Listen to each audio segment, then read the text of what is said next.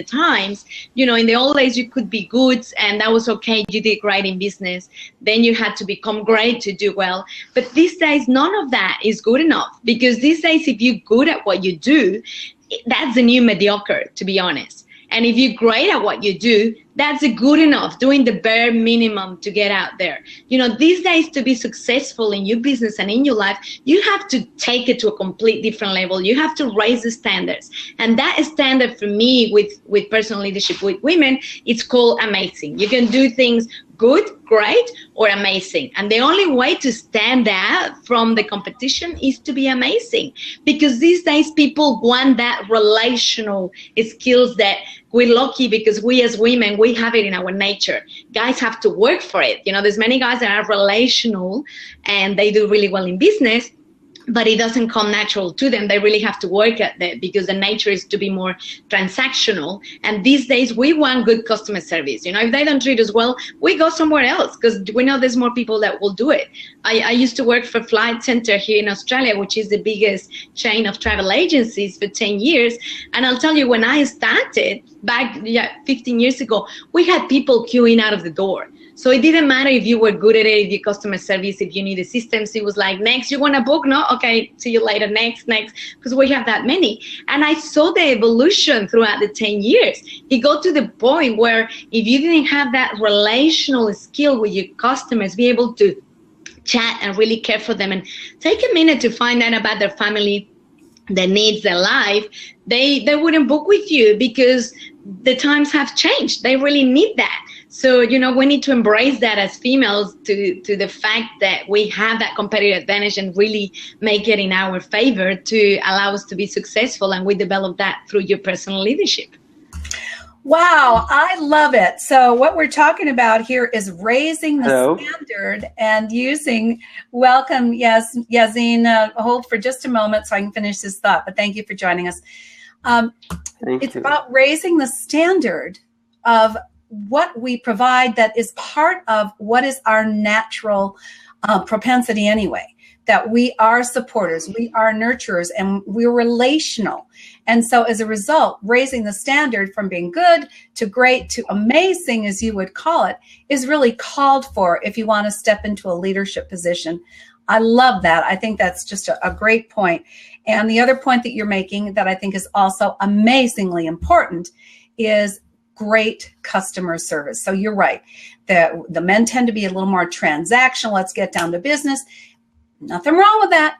But women come at business from a little bit different perspective. They want people to feel, you know, engaged, embraced, supported, uplifted. I think that's just such a great way of building connections and relationships with your audience. So great points. Thank you for sharing those. Yazine, am I pronouncing your name correctly? Yes, yes. Welcome. And where are you blabbing out with us from today? I'm sorry? Where are you from? Where are you from? Where are you blabbing from? I'm from Morocco. Morocco. Wonderful. I love having international shows. So do you have a question? Do you have a question for Sandra, or a statement or a perspective on this from a male's point of view? Yeah, I have a lot of questions. The first of all is, what does mean leadership for women? Leadership for women means building out their confidence, first of all, so that they can stand up into a role where they can lead in anything they do, and they can lead by example, which means that we are the change that we want to see in the world. So, you know, if you're asking, it's like a little kid, if you're asking them to do something, they're not going to do it because you said so, they're going to do it because you do it, and then they model you. So whether it's in the personal life or in business, as women, we need to be those leaders. We need to embrace that change and model it so that the people around us can follow. And for that, we need to step up. We need to own our power, which is why I like empowering women, and help them build their confidence so they can feel safe in that leading position. Yeah. I can't agree more. I love hearing that, and from Morocco as well, because I think that there is our different cultural approach. Yeah, of course. And what is it like in Morocco for women? Yasin? Yeah, we have a lot of leaderships. We have yeah. For women, leadership is an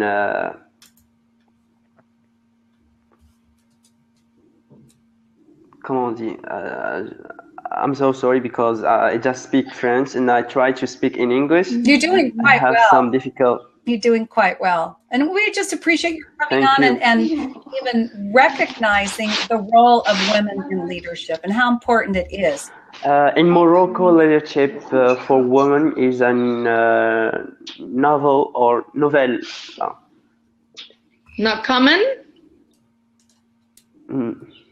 En français, c'est nouvelle. Like a new thing, a novelty? Yeah.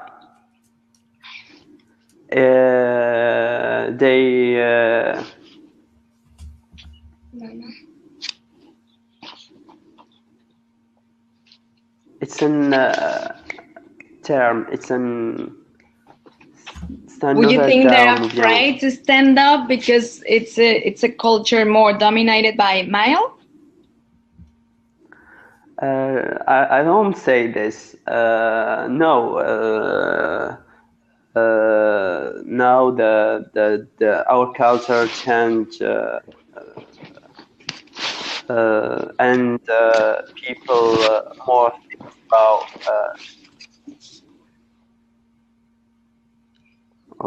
how can I express?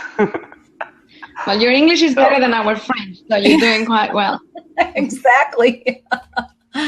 But thank you for sharing your interest in this topic, because I think it is an important topic and one that Virginia, speak French or not? I'm sorry, Yasin? Did you speak French? No. Well, in high school I did, but boy, I never used it. So what good is it? I know, merci beaucoup. Okay. That's about it. Il n'y a pas. Thank you. It's me. Thank you.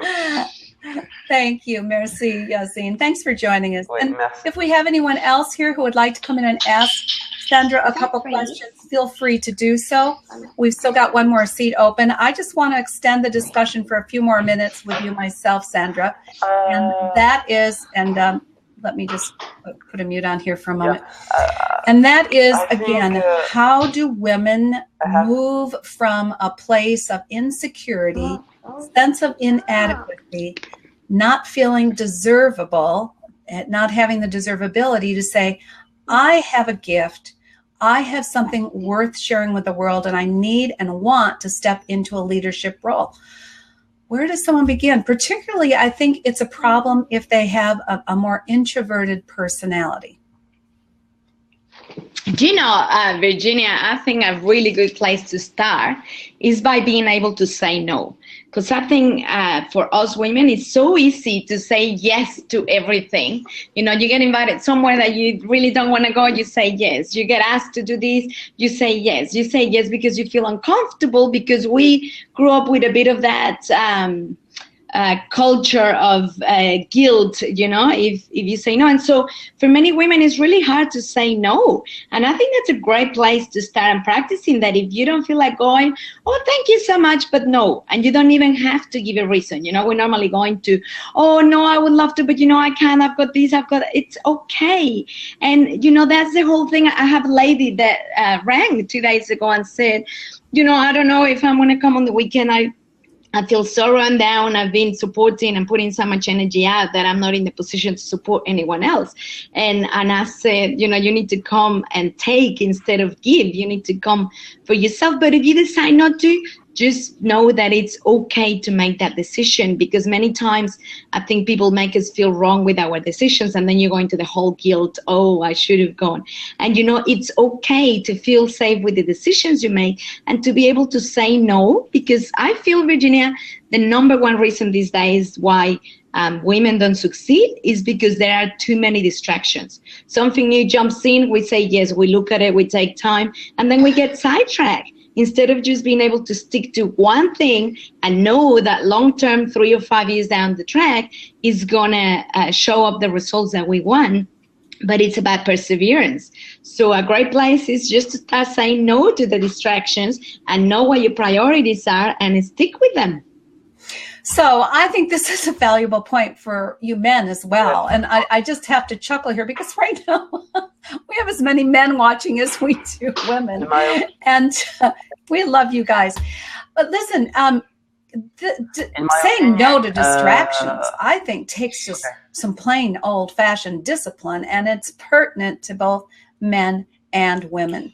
As we say, what are there so many bright, shiny objects out there, and this fear of missing out, that I'm going to be lacking if I don't take advantage of this, or I don't do this, or I don't go to that, and you end up spreading yourself so thin, and I think feeling disjointed almost, like you almost have to regroup yourself, bring yourself back to your center, re-examine what is important to you.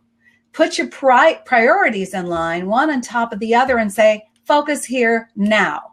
The rest can wait. And that is part of saying no, a very important point, I think, for everybody, especially in the internet age where we have so many things that are sent at us, so many great, you got to do this is the best. And, it goes on and on. And so another distraction I think that we can keep in mind is to really filter through our emails and talk about saying no. I think you can also add delete,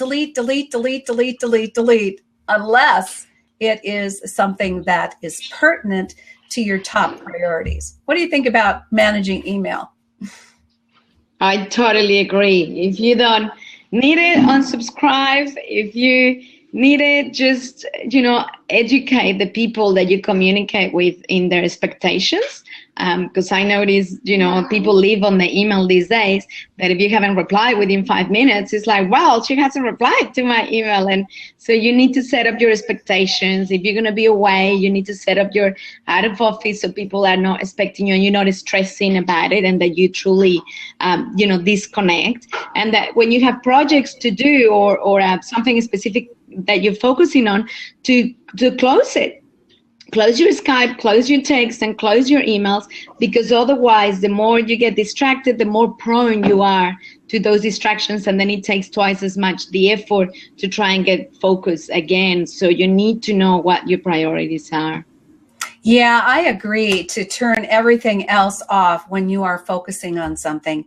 And now here's a question I think would be valuable to people, and that is, when you're focusing on a project, especially when you're stepping into your leadership role and you're producing valuable content or coaching for someone else, do you have a time frame that you think is, optimal for focus? Do you work in blocks of time? Yes, I think 50 minutes to an hour, and after that you need a break, because otherwise you may think you're being productive by trying to do all these, but the truth is that your brain, the productivity starts to go down. So instead of performing at 80 or 90%, you might be performing at 40 or 50. So you need to stand up, have a 10-minute break, water in, water out, go for a little walk, just get the flow of blood moving through your body, because then you sit back and you're back to your 80 or 90% productivity. And you also need to know what's your ideal times. Like, I'm a morning person. So, I typically get up at 4 because I do a lot of work with American because of the time difference. But I know I'm super sharp and focused at that time, laser focused. I get so much done in 2 or 3 hours before my girls get out of bed. But I understand some people are night owls, and it doesn't matter how hard they try. They just can't do it in the morning. But, comes 11 p.m. at night, and they're sharp and focused, and I can't. Come 7 p.m. in the evening, I can't even be bothered taking phone calls anymore, because I can feel that I'm depleting, that I'm going to need to go to bed soon. So you need to know what's your optimal time as well, and just work it in blocks, which I'd say ideally 50 minutes to an hour. Great ideas. I have posted in the chat how you can connect with Sandra. She's at AmaSSSing.com. That is with 3 S's. I think I typed it in there correctly. Yes. I'm not sure I'll ever spell amazing the right way ever again.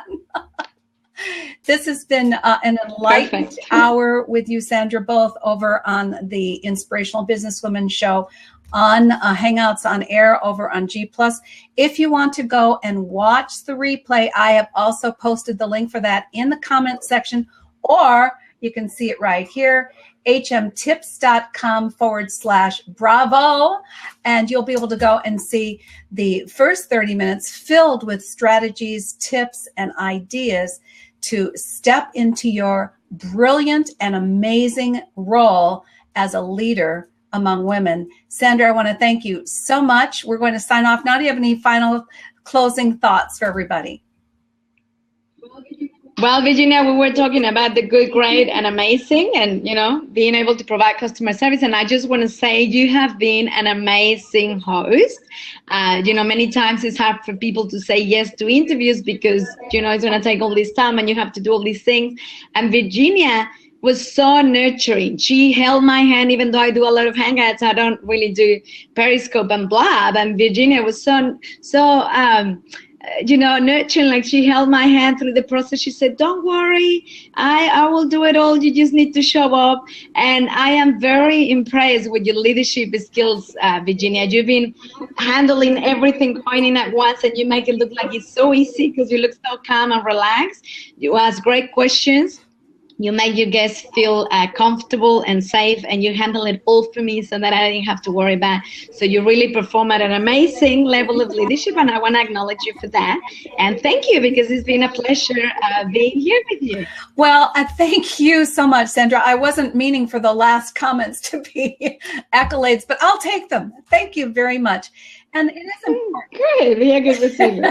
It is important to help guests feel comfortable at ease so that they can give their amazing ideas to the audience, so that the audience gets value out of the time we spend together. So thank you, all of you who have joined us here live or will be watching the Blab, the Blab and replay. I've got all these live stream platforms I'm working through. And I appreciate you. I appreciate you taking the time. I thoroughly appreciate, Sandra, you're taking the time to be here and share your amazing brilliance with everyone, both men and women. So I want to thank you so much. Everyone, have a terrific day. Mondays are the start of an amazing week. I hope you go out and make it the best week of your life. Take care, everyone. Bye-bye now. Thank you. Thank you, Sandra.